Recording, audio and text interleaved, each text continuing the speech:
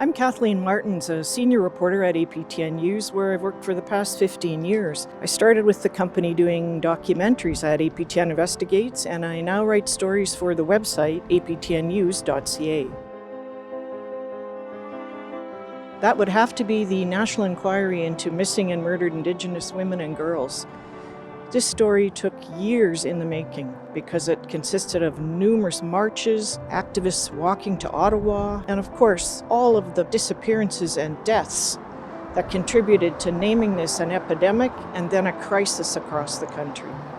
So when the Liberal government was elected and Justin Trudeau, the Prime Minister, said he'd have an inquiry, you'd think that that would have been cause for celebration.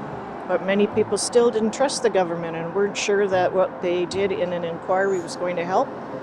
Nevertheless, the inquiry went ahead and it held numerous hearings across the country and in the north, where I was able to attend and hear firsthand the pain, the grief, and the loss suffered by generations of families.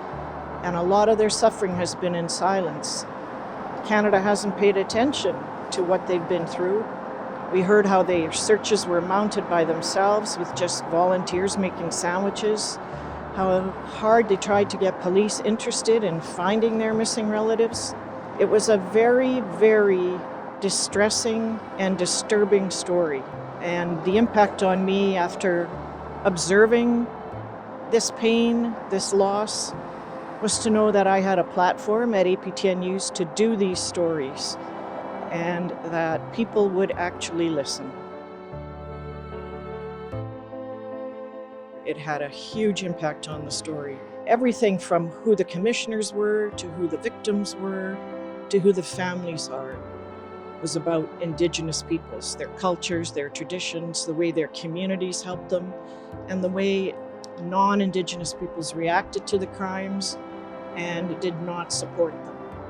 It was numerous stories to be done, all from an Indigenous perspective and centering the voices of First Nations, Inuit, and Métis peoples.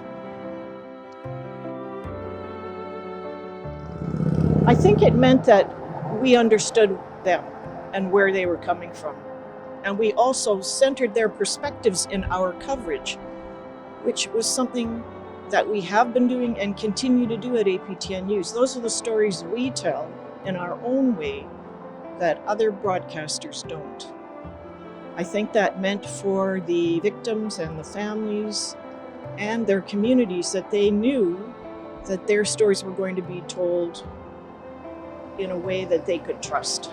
And trust is everything when you're reporting a story, especially a story like this.